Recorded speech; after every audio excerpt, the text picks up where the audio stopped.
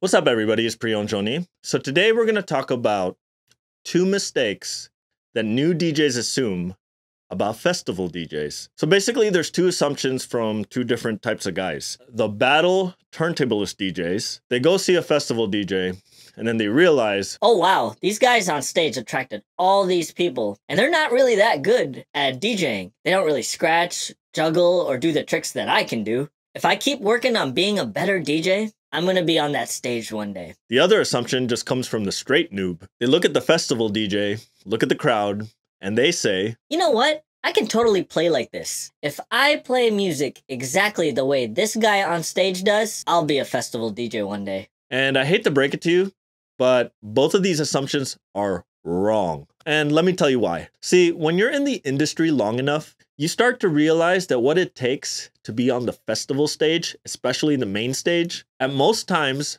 has nothing to do with being a good DJ. And in all fairness, some bars and nightclubs as well. Now, we know a lot of DJs would scoff at that notion and do and have. I know I used to. And this is why a lot of DJs actually find festivals kind of deplorable. But hear me out. The festival environment is more like a concert setting than it is like a dance floor at a bar or nightclub. That means the person on stage doesn't really have the risk of losing the dance floor or the crowd, at least not the main stage. And the people who attend these events are usually there for the performer, or they're there for the overall vibe of the show. So I said it's like a concert, right? So when you think of people like Bruno Mars, Ariana Grande, Beyonce, Jay-Z, whoever it is, how did these performers get people to come to their concerts? What's the one thing that gets people to see an artist live in real life? The answer, it's the music they made. The person playing on the festival stage got there because of the music they created, or at the very least, branded. This is the big industry secret. That's not really that big of a secret. It's been told over and over by a lot of producer DJs. While it might not be really that big of a secret, it's definitely the barrier to entry, since most DJs don't ever go as far as writing and producing their own music. And all the pop stars you know that fill out their concerts, they're not famous for doing covers now, are they? Either they or their writers and producers create their music. Of course, there are a few exceptions, but we'll get to that later. So, what exactly is original music? Original music is tangible content. It's content people can play in their car, play off their Spotify while they're at the gym or when they're making food at home. It's content that they can make memories with their friends with, and content that they can sing along to. It becomes part of the soundtrack of their lives in a manageable 3 minutes and 20 seconds. Tangible content is something that identifies the artist with their listeners. It's undeniably yours. It's not the same as simply just being a great DJ. You can rock out and create an awesome vibe at the club or the bar, but that vibe that you created, can people take it home? Can they play it in their car? Can they take the actual vibe after the club and share it with others? The truth is, that feeling that happened at the club stays in the club. But I recorded my mix and I uploaded it. It's not the same thing. The vibe that they experienced at the club wasn't just for your DJing. Let me say that again. The vibe they experienced at the club wasn't just from your DJing. It had a lot to do with it, but there are a lot of other factors that play into it.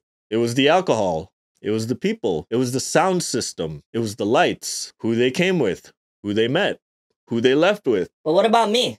I produce edits. Not good enough.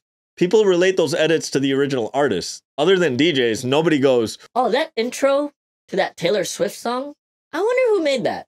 But what about me? I produce mashups. Not good enough. Though there is an argument to be made for Blau and Hardwell, but they still produce original music. But I make bootleg remixes. Not good enough. But I make official remixes. Well, you might be getting there. See, tangible content is something that people identify as you. With original music, there are no other names on that artist box that distract people from looking more into your music. Does tangible content always have to be music?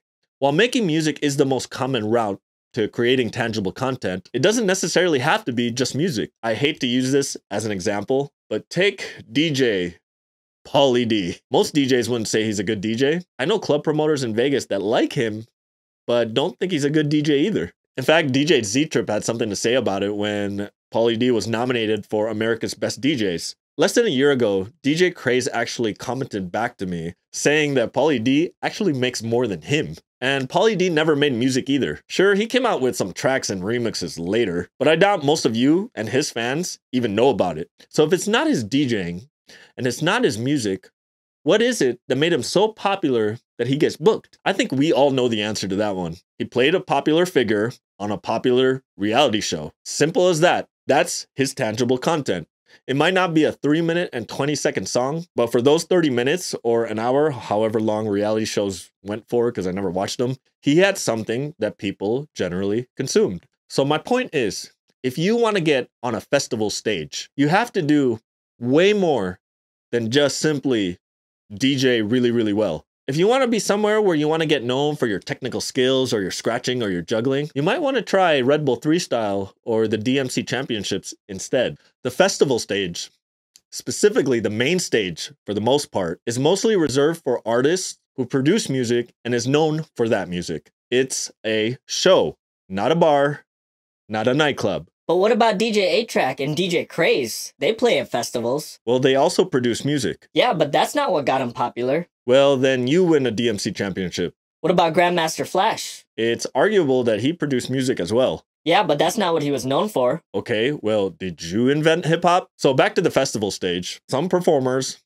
might mix live. Some might have a set playlist and play that live. And you know, there's the few that pre-record their sets and play that. Sure, a lot of us can do a better job on that stage once we get there. But the work that a lot of people don't understand and a lot of DJs fail to see is what it takes to actually make it there. And it's not DJing. A lot of it has more to do with producing music and creating content, submitting your music label after label getting rejected, or maybe you release your own music but going through years and years of no one listening to it or no one downloading it, trying to get other DJs to play your music but won't give you the time of day, handing countless demos on flash drives or CDs to multiple A&Rs that don't return emails or phone calls. I know I'm simplifying, but that's a small portion of the real price to getting to the festival stage. Now, of course, sure, there are some guys who shortcutted their way to get there. And we know there are some undeserving folks also playing up there. And let's not forget the heavy load of corporate politics with major labels. But the one general rule applies from the big festivals to the little ones. The artists that create content will make it farther than those who just simply perform really well live. This is why cover bands are not as big as the real bands. You'll grow a larger audience with your content because people will have something tangible that you created. So why don't more people do it?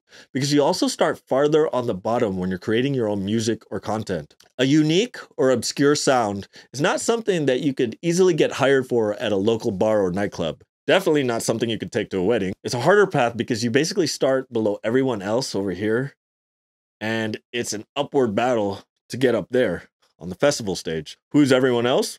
All your DJs that are working. And of course, I'm not saying working DJs can't create their own content.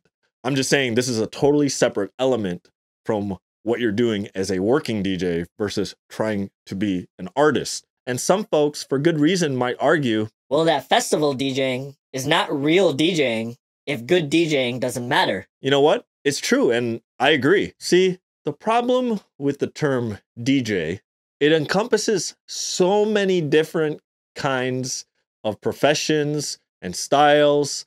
It's so broad. And there's so many little categories of the types of DJs that like to argue that their kind of DJing is the real DJing.